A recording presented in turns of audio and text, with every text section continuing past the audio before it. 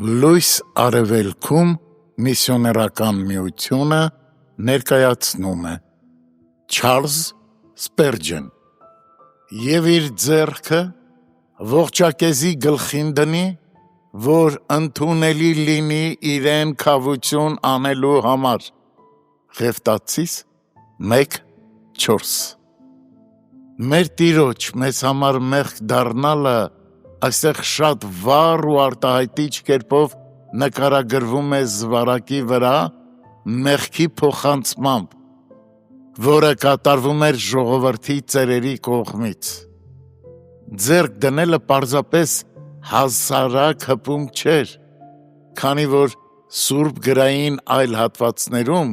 այդ բառի ծանրությամբ հենվելու նշանակություն ունի, ինչպես օրինակ «Քո սրտմտությունը ծանրացավ ինձ վրա» Սաղմոս 88:7 Հենց սա է անշուշտ այն հավատքի էությունն ու բնույթը, որ ոչ միայն մեզ կապում է մեր մեծ քավիչի հետ, այլ նաև սովորեցնում է նրա վրա հենվել մեր մեղքի բեռի ողջ ծանրությամբ։ Եհովան իր ուխտի ժողովրդի բոլոր հանցանքները դրել է Փրկչի գլխին, սակայն ընտրյալներից յուրաքանչյուրն անձամբ բերվում է խաչի մոտ իրականացնելու ուխտի այս հանդիսավոր արարողությունը, երբ շնորհքը հավատք է պարգևում նրան իր ձեռքերը դնելու այն գառան գլխին, որ աշխարհի սկզբից հետե մորթված էր։ Հայտնություն 13:8 Սիրելի հավատացյալ, հիշում ես այն հիասքանչ օրը, երբ դու առաջին անգամ գիտակցեցիր, որ նվիրված ես Հիսուսի շնորհիվ, որ իր վրա է վերցրել քո մեղքերը։ Միթե չես կարող ուրախությամբ պատմել այդ մասին և ինձ հետ միասին ասել. «Իմ հոգին ցնծում է, հիշելով իր ազատագրության օրը»։ Մեղքի խորը զգացումով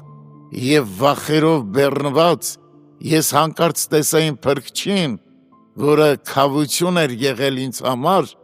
և ձեռքս դրեցի նրա վրա։ Օ, ինչ երկչոտությամբ ես արեցի դա սկզբում, սակայն գնալով համարձակությունս աճեց և վստահությունս ամրապնդվեց, մինչև ես իմ ամբողջ անձով ու հոգով նրան ապավինեցի։ Եվ հիմա ինձ համար անսպառ ուրախություն է գիտակցել,